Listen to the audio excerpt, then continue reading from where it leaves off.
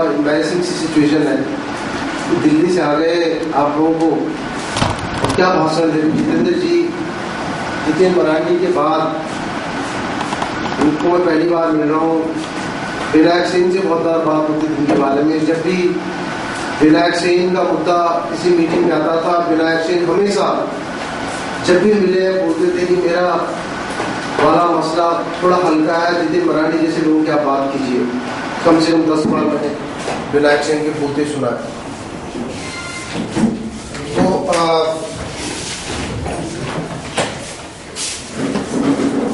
अगर जितेंद्र मरांडी जैसे एक्टिविस्ट के साथ हो रहा है, यहाँ पे बैठ सकते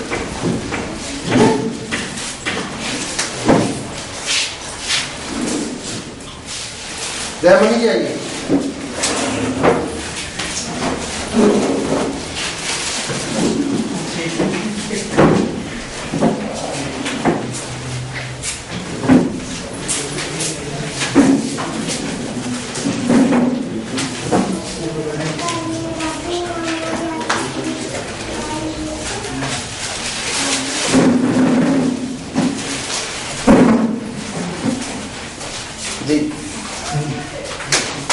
हम ये कह रहे थे कि जितेंद्र मरांडी और दयामणि बाला जी भी आई हैं, इनका अगर उदाहरण देखें इनके साथ हुआ, सबसे बड़ी समस्या मुझे जो लगती है आजकल इन इलाकों में, झारखंड जैसे राज्य में और छत्तीसगढ़ में सबसे बड़ा क्राइसिस आ गया। अभी माओइज्म की बात हो रही थी। सबसे बड़ी समस्या यह हो गई कि जो माओइस्ट नहीं है, हम कहें माओइस्ट जो कर रहे हैं उसको विरोध भी जो करते हैं, जो माओइस्ट नहीं है लेकिन जो सरकार के साथ भी सहमत नहीं है, जो मिडिल ग्राउंड है, वो एकदम खिसक गया इन राज्यों में, बहुत तेजी से खिसक रहा है। जो माओइस्ट को नहीं सपोर्ट कर रहा है, हजारों केसेस हैं जो हिंसा का विरोध लोग करते हैं, लेकिन जो ये बोलते हैं कि राज्य सरकार जो कर रही है। आप 5th शेड्यूल की बात कर रहे हैं। कल मैं टेलीविजन डिबेट पे था, कल रात को दूरदर्शन में, और आपको यकीन नहीं होगा दिल्ली में डिबेट किस तरह से होते हैं। छत्तीसगढ़ में जो अटैक हुआ उसके बाद एक डिबेट हुई और पूरी डिबेट का फोकस था कि अब कैसे अटैक किया जाए, और बड़े बड़े जनरल, पुलिस अधिकारी, फॉर्मर गवर्नर वहां पे थे और एंकर भी थी। सारे लोगों की लगभग एक सहमति थी कि भाई आक्रमण तो होना है बहुत बड़ा, और सारा फोर्स इस पे था, और जनता भी बुलाई गई थी कुछ लोग कि भारत इतना कमजोर राज्य कैसे हो सकता है, आपको आक्रमण करना होगा, आक्रमण करना होगा, अटैक करना है और मार देना है, मिटा देना है। ये उस डिबेट की वो थी मतलब, और जिसको कहते हैं कि इस बात पे डिबेट हो रही थी। हमको ज्यादा टाइम नहीं मिला। हमने कहा भाई अटैक किसको करोगे?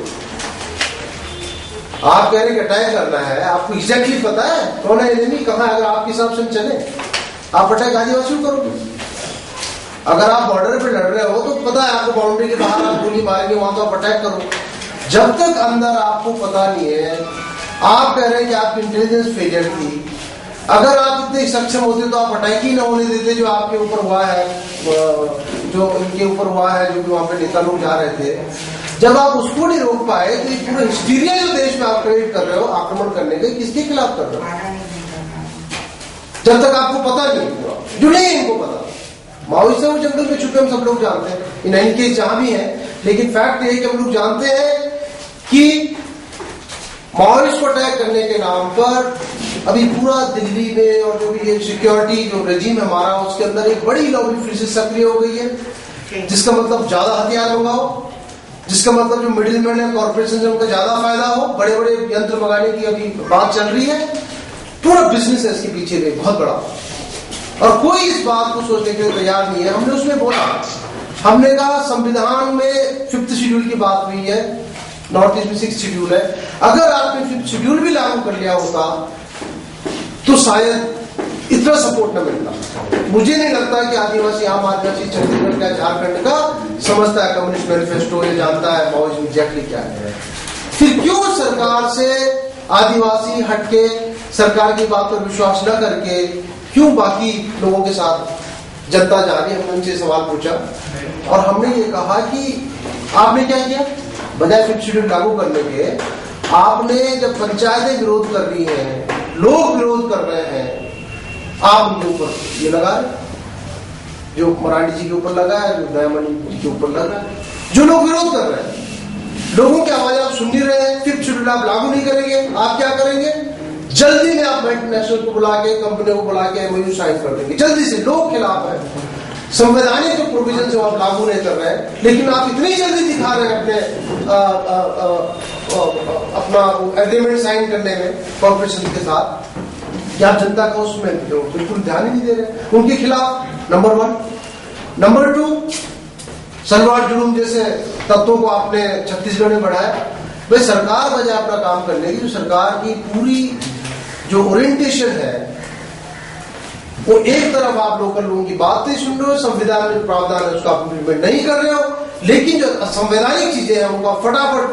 कोई लॉ लीगल बना के आप एग्रीमेंट साइन करते हैं, उनको बुला लेते हैं, और जहां आपको लगता है कि लोग जो है शायद हमारी बात नहीं मान रहे हैं, वहां सलवार जुलूम जैसे जो आपने एक्सपेरिमेंट किया, जो कितना घातक एक्सपेरिमेंट है, सर्वोच्चतम न्यायालय को, सुप्रीम कोर्ट को बोलना पड़ा इसको डिसबैंड करो। अगर सुप्रीम कोर्ट ने बोला है कि सलवार जुलूम को डिसबैंड किया जाए, इसका मतलब ये गलत एक्सपेरिमेंट था, आपने गृह युद्ध जैसी स्थिति वहां पे बनवा दी। किसने लिया डिसीजन अगर पूछा जाए? सुप्रीम कोर्ट ने जिस ग्रुप को असंवैधानिक बताया है, उसको डिसबैंड करने की बात की है, उस ग्रुप को बनाने का डिसीजन क्यों लिया गया और कैसे लिया गया? जिसने छत्तीसगढ़ जैसे राज्य में हजारों घर जला दिए, हम सब जानते हैं कहानियां, मैं उसमें नहीं जाना चाहता। मैं कहना ये चाह रहा हूं कि सरकार अगर बार बार लोगों की बात न सुन के अपनी पॉलिसी के ऊपर से जबरदस्ती, चाहे वो कंपनियों को बुलाने की हो, चाहे सलवार जुलूम जैसे ग्रुप्स जिसको कहते हैं कि आप एक आम असंवैधानिक टाइप का आप एक आर्म्ड मिलिशिया बना रहे हैं, आप निर्दोष बच्चों का ब्रेन वॉश करके उनके हाथ में बंदूक देके आप ट्राइबल्स को ट्राइबल्स के खिलाफ लड़ा रहे हैं। ये छत्तीसगढ़ में हुआ है, जो फेल हो गया, जो एक्सपेरिमेंट फेल हो गया।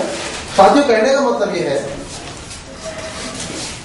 मैं उत्तराखंड से आता हूँ, शायद झारखंड उत्तराखंड साथ साथ साथ बने थे, और उत्तराखंड में टिहरी एक शहर है जो है नहीं असल में, एक शहर होता था, तो मैं भी घूमते सो तो पानी के नीचे चला गया, वहां पे एक बांध बना, और हमारा जो पूरा सामाजिक चेतना, मेरी कम से कम जब मैं बच्चा था, वहां पढ़ता था, हमारे स्कूल वगैरह सब डूब गए, वहीं से पैदा हुई है।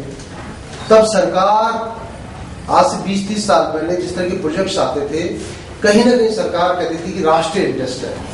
एक बड़ा बांध था, सरकार बना रही है, सरकार आपको लैंड एक्विजिशन एक्ट लगा के आपको बाहर करती थी, कहीं ना कहीं बिजली का एक सेंट्रलाइज होता कि टिहरी आ रही है, पानी आ रहा है, कुछ मतलब उसका विरोध करते हैं, डिस्प्लेस हुआ है उससे मामला। लेकिन हमारे देखते देखते, और मैं भी बूढ़ा नहीं हुआ हूँ, पिछले 20 सालों में डैम, बड़े बड़े बांध, और कहीं पे एयरपोर्ट, और कहीं पे मिसाइल रेंज, यहां से लेके जो विस्थापन यहाँ से शुरू हुआ था,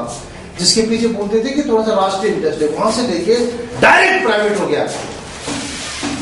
कि जहां से कोई करोड़पति, अरबपति, खरबपति लंदन के आए, उन्होंने ऊपर से देखा, किसी ने रिसर्च की कि फला पहाड़ के नीचे बॉक्साइट है, या फला जगह आयरन ओर है, फला जगह मिनरल है, और उन्होंने डायरेक्ट सरकार के खिलाफ डायरेक्ट करवाया। तो 20 सालों में इतना अंतर आया है कि विरोध तब भी हो रहा था, लैंड तब भी अक्वायर हो रही थी, लेकिन तब कहीं ना कहीं एक स्यूडो या झूठ किस्म का ही सही, कहीं ना कहीं सिस्टम दूसरा था कि बड़ा बांध बन रहा है, उसकी पूंजीपतियों को ही जा रही है ज्यादातर, लेकिन कहीं ना कहीं उसमें एक सरकार इन्वॉल्व रहती थी, कहीं ना कहीं उसको बोलते थे हाँ यार बिजली चाहिए देश को। लेकिन आज वहां से लेके अब मित्तल को चाहिए, अब जिंदल को चाहिए, अब देश को नहीं चाहिए, अब अंबानी को चाहिए। तब भी देश के नाम पे कुछ लोगों का भला होता था, लेकिन ये पूरा जो मानक इतनी तेजी से शिफ्ट हो गया पिछले 15-20 सालों में। और हमारा भी राज्य तभी बना था जब झारखंड बना था, लेकिन क्योंकि शायद वहां पे भी यही चल रहा है, हमारा शहर नहीं है, और विस्थापन पे मेरी थोड़ी बहुत स्टडी है। मुझे लगता है कि दिल्ली में जब ये कौन से गेम चल रहे थे जिसमें सुरेश अंबानी, हाँ, मैं क्या करता था, मैं जाके जहां जहां काम चल, बहुत तेजी से काम हुआ, पहले इन लोगों ने काम किया नहीं, फिर पिछले 4-5-6 महीनों में बड़ी तेजी से काम, हजारों वहां पे मजदूर आए, तो मैं जगह जगह रुक के जहाँ काम होता था मैं बात करता था मजदूरों से, कौन है ये लोग। और हमारे हिसाब से 70-60-70-80% लोग वो हैं जिनकी या तो जमीन की खेती खत्म हो गई गाँव में, खेती का सिस्टम ऐसा हो गया, या जिन जो हट गए अपनी जगह से, या आपके जैसे राज्य के लोग जिनको अपने अधिकार नहीं है अपनी संपदा पे, जिनके पास लाइवलीहुड का साधन नहीं है, ज्यादातर लोग जो हमारे विकास की मार है उसकी पीड़ित थे, वो पूरी दिल्ली के फ्लाईओवर्स और प्लांट्स और सड़क को खूबसूरत बनाने में लगे हुए थे, हजारों की तादाद में। और जैसे वो खत्म हो उनका लापता हो गया, पता नहीं कहां चले गए, फिर राजस्थान पता नहीं कहां चले गए। एक साथियों कहने का मतलब है कि बड़ी जनसंख्या देश की हमेशा मुंह पे चल रही है। ये शायद हमारे शासकों को समझ नहीं आती बात अभी तक कि बहुत बड़ी पॉपुलेशन देश की हमेशा कहीं ना कहीं चल रही है, अपनी जगह से डिस्प्लेस हो गए हैं। दिल्ली में हम रहते हैं और आप लोग जानते ही हैं, दिल्ली में हर तीसरे चौथे घर में आपको झारखंड की लड़की मिल जाएगी। हर किसी भी लोकेलिटी में आप चले जाओ, मैं हर तीसरे घर में, और इन एवरेज हर तीसरे घर में दिल्ली में एक झारखंड की, ज्यादातर केसेस में नाबालिग, वैधानिक तरीके से, इलीगल तरीके से, पता नहीं कैसे ट्रैफिकिंग करके कैसे दिल्ली पहुंचे हैं, वो आपको दिल्ली में मिल जाएगी।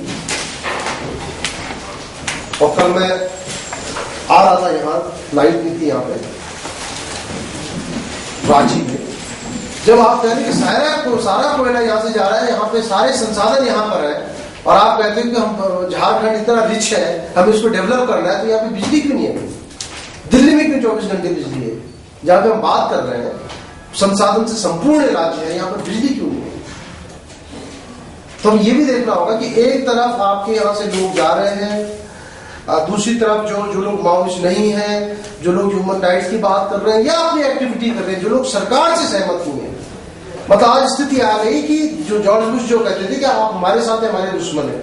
जो लोग बिल्कुल वायलेंस में इन्वॉल्व है, मैं नहीं सपोर्ट कर रहा हूँ माओइस्ट वायलेंस को, फिलहाल नहीं करनी चाहिए। हम ये करें जो लोग बिल्कुल उनके साथ नहीं है, लेकिन ये बोल रहे हैं कि भाई तो हमको क्यों भगा रहे हो, हमें फिफ्थ शेड्यूल के अंदर राइट्स क्यों नहीं दे रहे हो, पैसा क्यों इम्प्लीमेंट हो रहा है, आप रोजगार के अधिकार क्यों यहाँ से छीन रहे हो? ऐसी क्या स्थिति है कि यहाँ पे बिजली नहीं है, डेवलपमेंट नहीं है, सरकार नहीं है, यहाँ की लड़कियां क्यों दिल्ली में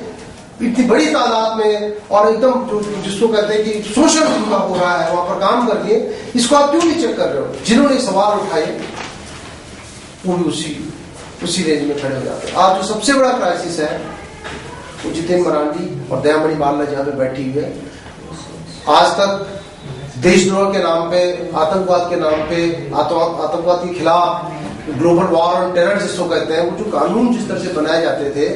जो कानून नेशनल सिक्योरिटी के नाम पे या तो कुछ खास लोगों पे लगते थे कश्मीर में या नॉर्थ ईस्ट में इंसर्जेंसी के इलाकों में, वही कानून अब लगभग उन लोगों पर यूज होने लगे हैं जो लोग बिल्कुल कोई इंसर्जेंसी में नहीं है, न उनका आतंकवाद के साथ कोई लेना देना है, बल्कि जो लोग सरकार से कहीं ना कहीं विकास के मुद्दे पर असहमति जता रहे हैं, रेजिस्टेंस कर रहे हैं, अपनी बात को बोलना चाह रहे हैं, उन लोगों के साथ लगभग वही बर्ताव होना शुरू हो गया।